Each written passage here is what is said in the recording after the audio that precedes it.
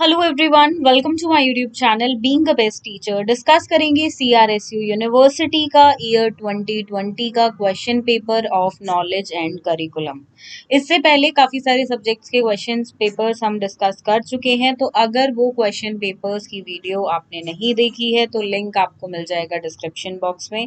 Playlist भी created है channel पे, तो आप सभी सब्जेक्ट्स की वीडियो आप वहाँ से क्वेश्चन पेपर्स डाउनलोड भी कर सकते हैं और सभी का आनंद भी उठा सकते हैं। तो शुरू करते हैं आज की सीरीज क्वेश्चन नंबर 1 से। विच of the following is based on reasoning and logical thinking. इसका देखिए, आप चाहें तो आंसर लिख सकते हैं कमेंट बॉक्स में। मैं हमेशा एक चीज के लिए आपको प्रेरित करती हूँ कि आप क्वेश्चन जब भी पढ़े एमसीक्यू बेस्ड तो साथ साथ आंसर लिखें। वाई? बिकॉज इससे आपकी प्रैक्टिस हो जाती है और एक हैबिट भी आप में डेवलप होती है। तो बिल्कुल आंसर करें, बेशक आपको लगे कि वो आंसर सही है या गलत है, तो पर लिखे जरूर, ट्राई जरूर करें। तो यहाँ पे इस क्वेश्चन में पूछा गया है कि विच of the following is based on reasoning and logical thinking. इनमें से क्या बेस्ड है रीजनिंग पे और लॉजिकल थिंकिंग पे? Spiritual knowledge, sensory knowledge, both 1 and 2, या फिर रैशनल नॉलेज। जो भी सही उत्तर आपको लगता है वो आप लिखें कमेंट बॉक्स में, जिसमें लॉजिकल थिंकिंग हो और रीजनिंग हो। देखिए, स्पिरिचुअल में क्या होगा, वो आध्यात्मिक, भगवान इन सब पे होती है। सेंसरी आपकी सेंसेस, 5 सेंसेस से मिलती है आपको। लेकिन जो रैशनल नॉलेज होती है वो रीजनिंग और लॉजिकल थिंकिंग के बेस्ड पे होती है। That is why option 4 is the correct answer here. Coming to question number 2, the word information is derived from। बहुत कॉमन क्वेश्चन है एंड बहुत सारी यूनिवर्सिटीज में इस सब्जेक्ट में ये क्वेश्चन पूछा गया है कि नॉलेज एंड करिकुलम में एक वर्ड बहुत नॉलेज के साथ हम यूज करते हैं, वो है information.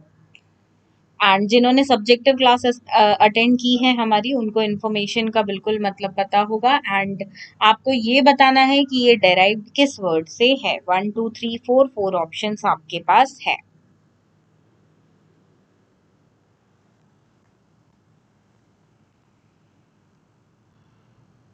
And the correct answer is here option 3, इन्फॉर्मेर।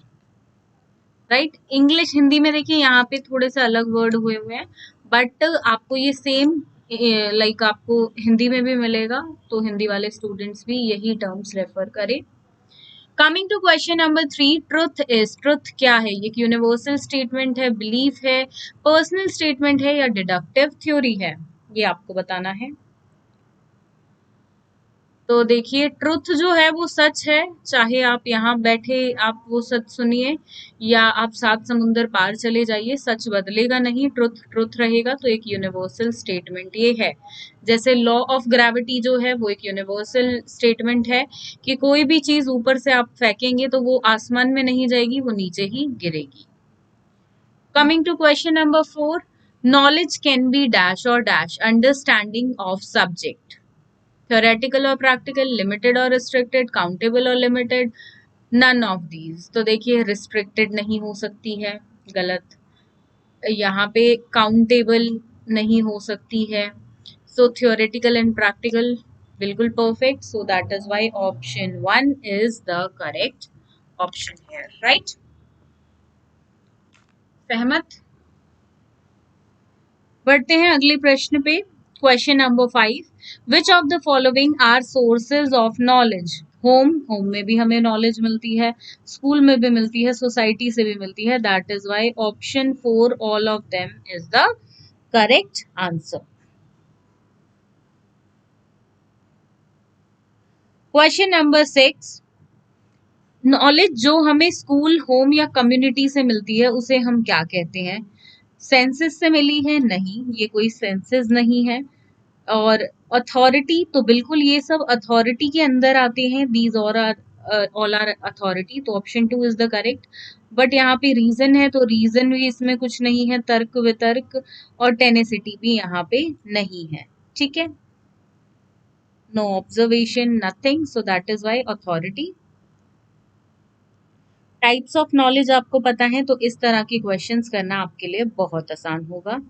Coming to question number 7, Knowledge that is acquired through observation and experiences is.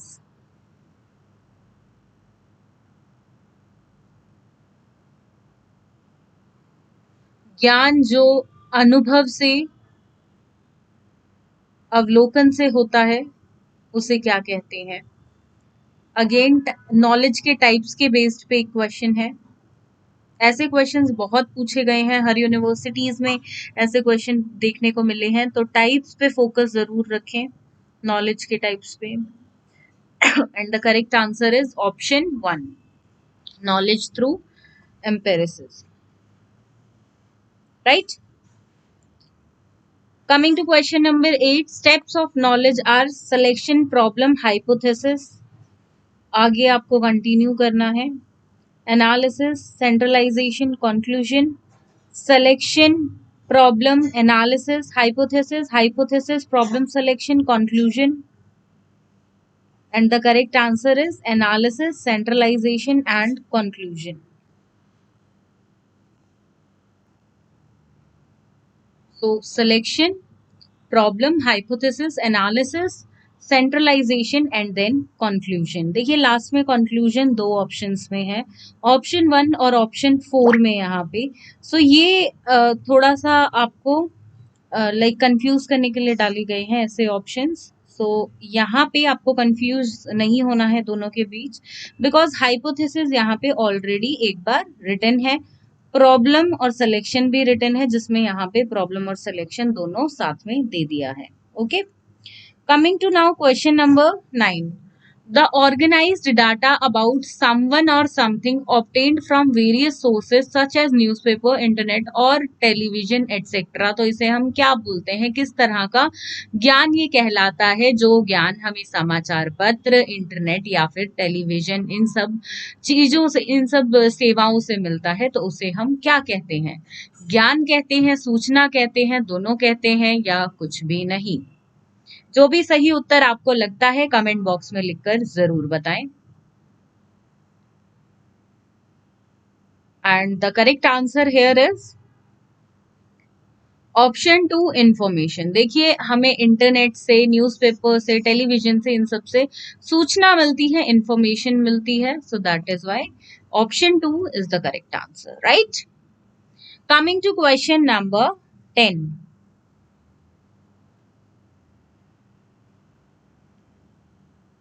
dash is wider in scope and dash is narrower in scope.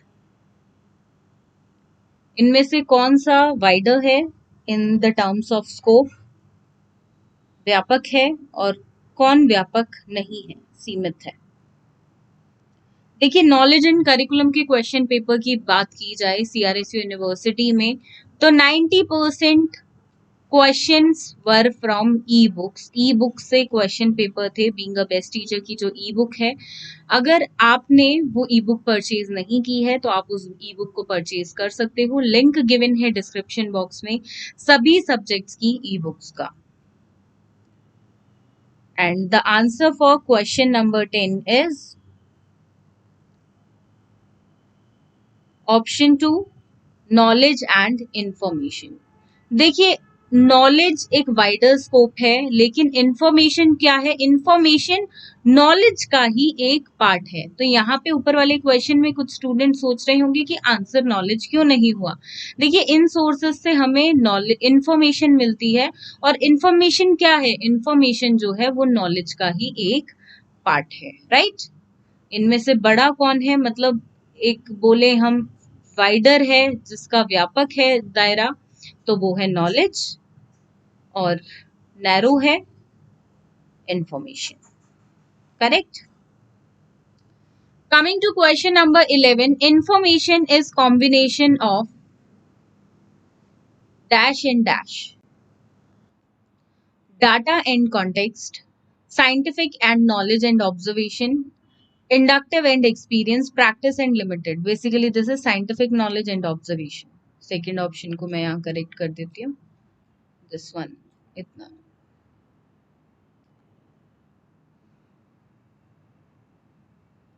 जो भी सही उत्तर आपको लगता है comment box में लिखिए जल्दी से।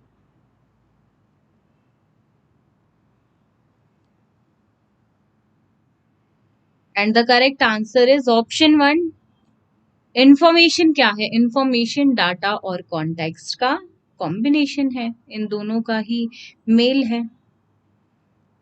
Coming to question number 12। God gives hope during difficult times. God जो है वो हमें मुश्किल घड़ियों में क्या देता है? होप देता है। कठिन समय में एक आशा की किरण दिखाता है। जो लोग इस स्टेटमेंट पे बिलीव करते हैं वो लोग क्या कहलाते हैं? कि या बेसिकली ये स्टेटमेंट क्या दर्शाती है? कि बिलीफ है उस पर्सन को, ट्रुथ है, या ट्रेडिशन है, या एक कल्चर है? ये आपके अनुसार ये क्या है? बहुत सिंपल आंसर है इसका, बहुत easy question.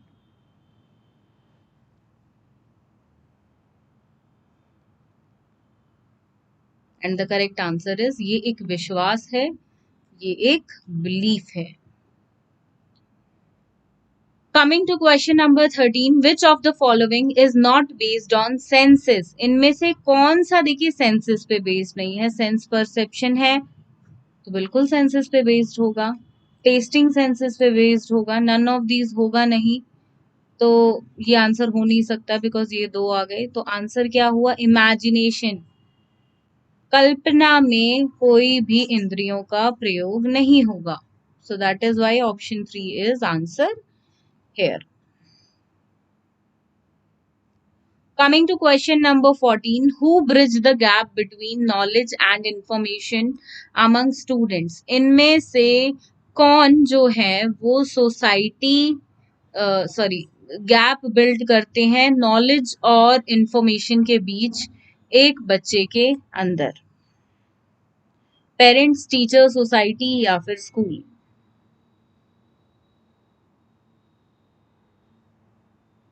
So this is the correct statement for teachers.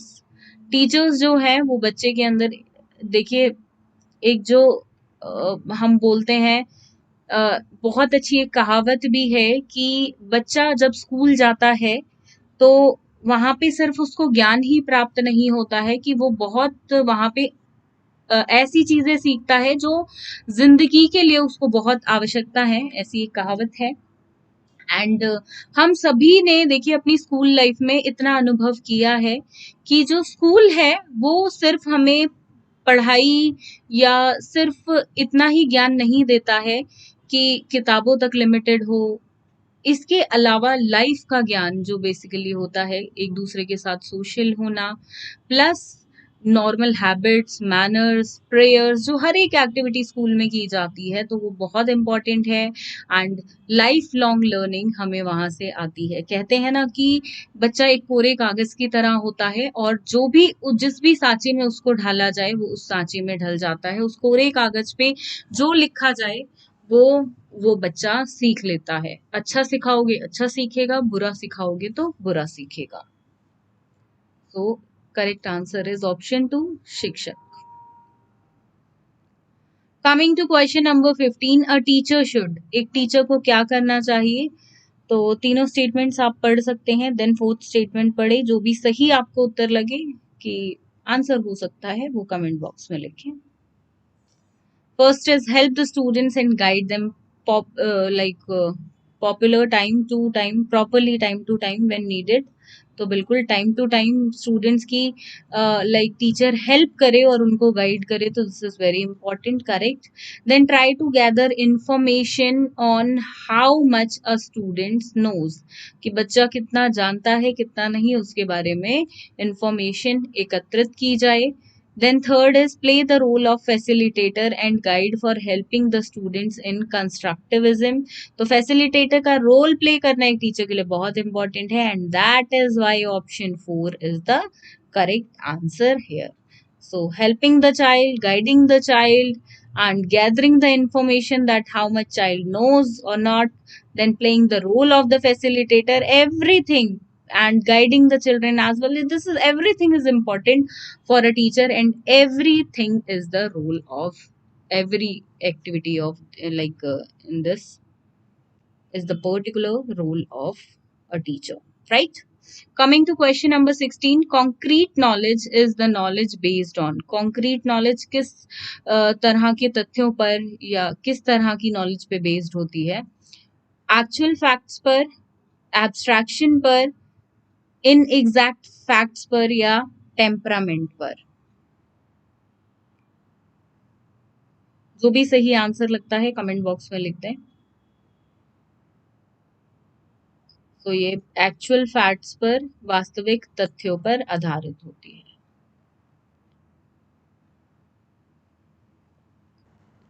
Coming to question number 17, dash knowledge is acquired by day-to-day hand-on experiences.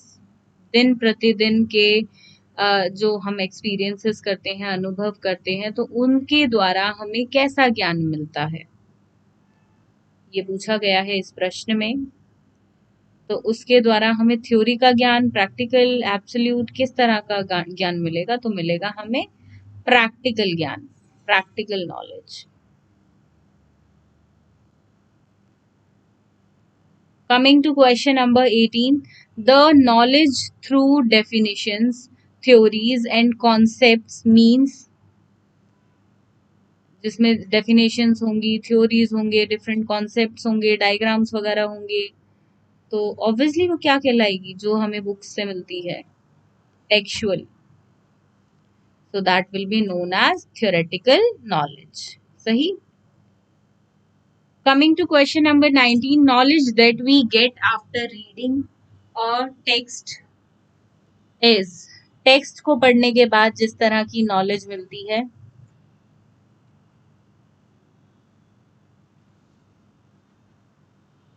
तो बिल्कुल टेक्स्ट से जो नॉलेज मिलेगी that will be textual knowledge.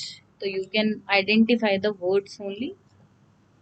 Coming to question number 20, school plays an important role in. Important question, first year में भी एक question पूछा गया था, तो इस इम्पोर्टेंट आप इसको मार्क कर सकते हैं.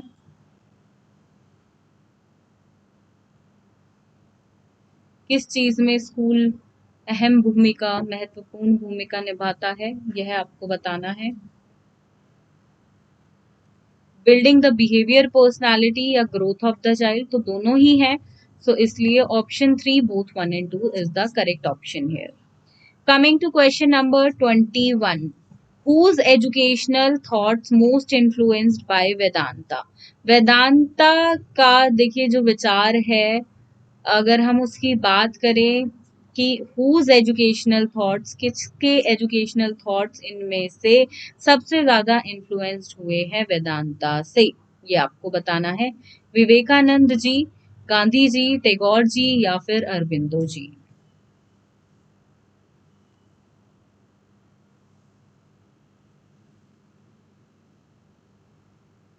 And the correct answer is Vivekanand. Question number 22, what does philosophy mean? Philosophy का क्या मतलब है? Love of wisdom, way of life, both 1 and 2 या love for life and peace?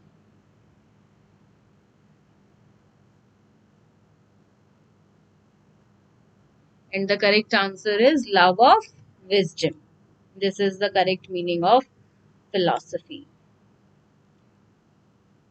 Coming to question number 23, an idealistic person या idealism person is spiritual, scientific, realistic, none of these. Very, very easy answer, very, very easy question. तो इस question को हम छोड़ते हैं, इसका answer आप बताएंगे कमेंट करके. सो आंसर कमेंट बॉक्स में जरूर लिखें इसका. Very easy. Coming to question number 24, who is the father of modern existentialism?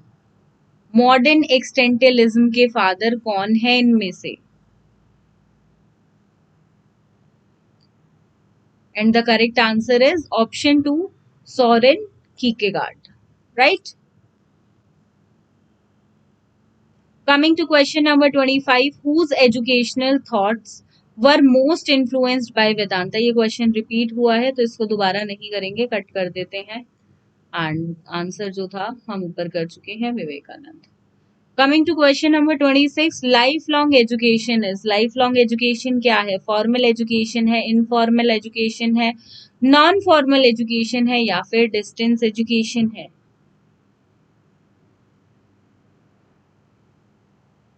तो लाइफ लॉन्ग एजुकेशन देखिए, फॉर्मल वे में हो, इनफॉर्मल वे में हो, कभी पता नहीं होता है। तो लाइफ लॉन्ग की अगर हम बात करें, जिंदगी भर की, जो एक लाइक हमारी गर्भ में, माँ के गर्भ में शुरू हो जाती है और मृत्यु तक चलती है, तो वह कहलाती है इनफॉर्मल एजुकेशन, जो लाइफ लॉन्ग है, हमेशा चलती रहती है। Coming to question number 27, component of curriculum is, इनमें से कौन कौन से कंपोनेंट्स हैं करिकुलम के? ऑब्जेक्टिव है, इवैल्यूएशन है, टीचिंग स्ट्रैटेजीज है, दैट इज वाई ऑप्शन 4 जो है वो यहाँ पे करेक्ट आंसर है, right. Coming to question number 28, philosophy word किस वर्ड से डेराइव्ड है? बहुत कॉमन क्वेश्चन है, एंड ये क्वेश्चन अगर आपने देखा हो तो हमने प्रीवियस वीडियोस में भी बिल्कुल डिस्कस किया है। अगर आपने इस सब्जेक्ट की, हमारी यूनिट वाइज प्रिपरेशन है, वो सारी क्लासेस अगर आपने अटेंड की हैं तो। And the correct answer is option 1, Greek word phileo से डेराइव्ड है। Coming to question number 29, who introduce project method, इनमें से किसने प्रोजेक्ट मेथड को इंट्रोड्यूस किया था, शुरुआत की थी? John Dewey, Montessori, Plato, Froebel? And the correct answer is John Dewey. Coming to question number 30, which teaching method was evolved by naturalism? ये भी हमने पहले वीडियोस में किया है, बहुत ही common question and easy question. इसका आंसर आप बताएंगे कमेंट करके, एंड लेटर ऑन मैं कमेंट्स में ऐड कर दूंगी इसका आंसर। बढ़ते हैं क्वेश्चन नंबर 31 की तरफ। करिकुलम इज, ये भी देखिए बहुत बेसिक क्वेश्चन है, आपके 2 से 3 सब्जेक्ट्स में ये पूछा गया है, उससे भी ज्यादा में पूछा गया हो सकता है, एंड बहुत इंपॉर्टेंट कॉमन और बेसिक क्वेश्चन। करिकुलम क्या है? कोर्स है, सिलेबस है, को करिकुलर एक्टिविटीज है, या overall activities of an institution? Overall activities, जो भी स्कूल में होता है वो सब करिकुलम की ही पार्ट है, करिकुलम की ही देन है। सिलेबस क्या है? एक लैटिन टर्म है, ग्रीक टर्म है, अमेरिकन टर्म है, या पर्शियन टर्म है? तो एक लैटिन टर्म है ये syllabus, right. Coming to question number 33, dash is a document that contains all the portion of the concepts covered in a subject. Syllabus, curriculum, content, course. ध्यान से पढ़ेंगे, portion of the concept covered in a subject, subject की बात यहां पर हो रही है, that will be known as syllabus, जो सिलेबस बुकलेट स्टार्टिंग में ही हर स्कूल बच्चों को दे देता है। क्वेश्चन नंबर 34, अकॉर्डिंग किसने ये कहा है, ये लाइंस यहाँ से आप रीड करेंगे। Curriculum includes all the experiences that a child receives inside and outside the school in a school programme या in a programme which is chalked out to help in developing his intellectual, physical, emotional, social, spiritual and moral aspects. किसने कही है ये line, ये आपको बताना है। Learning based question है और इस तरह की स्टेटमेंट्स आपको बिल्कुल दी जाएंगी और पूछा जाएगा कि बताइए ये स्टेटमेंट किसने कही है, किसने लिखी थी। And the correct answer here is Crow, and Crow के द्वारा ये स्टेटमेंट दी गई है, correct. Coming to question number 35, which of the following philosopher adopted the existentialism philosophy? Option Hindi में देख लें, इंग्लिश में थोड़ा सा यहाँ पे मिक्स मैच है, इसको ठीक करवा देंगे पीडीएफ में। And the correct answer is Jean Paul Sartre 1945। देखिए ये क्वेश्चन ई बुक से एज इट इज लिया गया है, ई बुक में और किसी का भी ईयर मेंशन नहीं था, बिकॉज आंसर का ही ईयर मेंशन किया था ताकि आप सब याद कर ले एक एक्स्ट्रा इन्फॉर्मेशन डालने के लिए। तो एज इट इज ये क्वेश्चन सीआरएसयू यूनिवर्सिटी के एग्जाम में पूछा गया था। ऑप्शंस भी ऐसे नहीं हुए थे कि ए का बी किया हो या बी का सी किया हो, कुछ फेरबदल नहीं था, एग्जैक्ट क्वेश्चन पूछा गया था। सो इससे आप ये पता लगा सकते हैं कि क्वेश्चन का सोर्सेस कहाँ से था, that is was from the e books. तो ई बुक्स सीआरएसयू यूनिवर्सिटी के सभी छात्रों को मैं रेकमेंड करूंगी कि आप ई बुक से जरूर पढ़ें, उनको रीड जरूर करें, right. Coming to question number 36 now. Which of the following is not a type of knowledge? इनमें से कौन सा एक टाइप नहीं है नॉलेज का? आप देखिए ये नॉलेज एंड करिकुलम का जो आपका क्वेश्चन पेपर था, तो सीरीज में नहीं था, किसी को कोई क्वेश्चन फर्स्ट फ्लैश हुआ, किसी को कोई क्वेश्चन दूसरा फ्लैश हुआ फर्स्ट, तो ऐसा नहीं था। अगर मैं एग्जाम दे रही हूँ और मेरी फ्रेंड एग्जाम दे रही है तो हम दोनों को ही same question like first question flash हुआ हो, मे बी जो क्वेश्चन मुझे 10th नंबर पे फ्लैश हुआ था वो उनको फर्स्ट नंबर पे हो गया हो, तो ऐसे था। तो ये वाला क्वेश्चन आपका जो था ये आपका फर्स्ट 10 क्वेश्चंस में थे और ज्यादातर स्टूडेंट्स को फर्स्ट 5 क्वेश्चंस में से देखने को मिला था। तो स्टार्टिंग के क्वेश्चंस में था and most of the students को ये फर्स्ट क्वेश्चन नंबर 1 देखने को मिला था। और इसका आंसर जो एक टाइप नहीं है इनमें से नॉलेज का, वो है बाइंडिंग नॉलेज। इस तरह की कोई नॉलेज नहीं होती है। Coming to question number 37, what is the means of valid knowledge? Validation चाहिए, प्रीवियस चाहिए, प्रूफ चाहिए, none of these. 37th question, तो बिल्कुल प्रूफ चाहिए वैलिड नॉलेज के लिए, सबूत।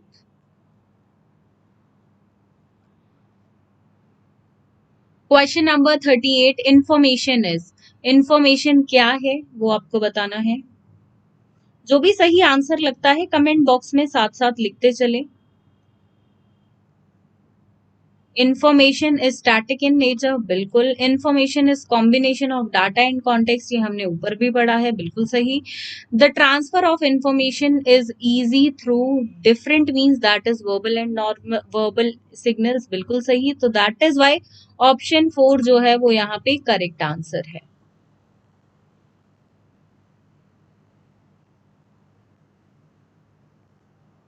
Coming to next question, question number 39, knowledge through senses means, मतलब देख कर लेना, टेस्ट करके लेना, स्मेल करके लेना, तीनों ही सेंसेस का पार्ट है। तो ऑप्शन 4 करेक्ट ऑप्शन है। Coming to next question, syllabus is a part of, ये इंपॉर्टेंट क्वेश्चन आपके 3 से ज्यादा सब्जेक्ट्स में क्वेश्चन पूछा गया था। वेरी वेरी वेरी इंपॉर्टेंट और बेसिक क्वेश्चन आपका ये है। सिलेबस किसका पार्ट है? तो सिलेबस पार्ट है करिकुलम का। Question number 41, curriculum reflects the culture of a, एक स्कूल का करिकुलम या कैसा किस तरह का बनाया जाता है? देखिए जिस तरह का उसकी सोसाइटी होती है, कल्चर होता है, सोसाइटी का कल्चर होता है उसी तरह का होगा। वही यहाँ पे पूछा है कि करिकुलम क्या रिफ्लेक्ट करता है, कल्चर किसका, एक स्कूल का कल्चर, होम का कल्चर, सोसाइटी का कल्चर। तो बिल्कुल यहाँ पे ऑप्शन नहीं है, तो एक सोसाइटी का डिस्कस करता है, लाइक उस पे बेस्ड होता है, उसको रिफ्लेक्ट करता है करिकुलम। ये भी इंपॉर्टेंट क्वेश्चन है, राइट। पीडीएफ आप डाउनलोड कर सकते हैं, ये लिंक मिल जाएगा आपको डिस्क्रिप्शन बॉक्स में। एंड अभी के लिए इतने क्वेश्चंस ही करेंगे। ओवरऑल जो आपका ये क्वेश्चन पेपर था वो था आपका 80 मार्क्स का, एंड 80 ही क्वेश्चंस आपके थे, पर क्वेश्चन आपका 1 मार्क्स का था। सो इतने क्वेश्चंस, लाइक आपका रिकॉर्डिंग अलाउड नहीं थी, ना पिक्चर्स क्लिक करना अलाउड था स्टूडेंट्स को, but still somehow we manage to get these questions. And hopefully आपको सभी क्वेश्चंस की preparation, I will try to give all the questions to you. And आज की ये वीडियो आपको कैसी लगी कमेंट बॉक्स में लिखकर ज़रूर बताएं। साथ में वीडियो आपको पसंद आई हो तो लाइक, शेयर और सब्सक्राइब ज़रूर करें। Thank you.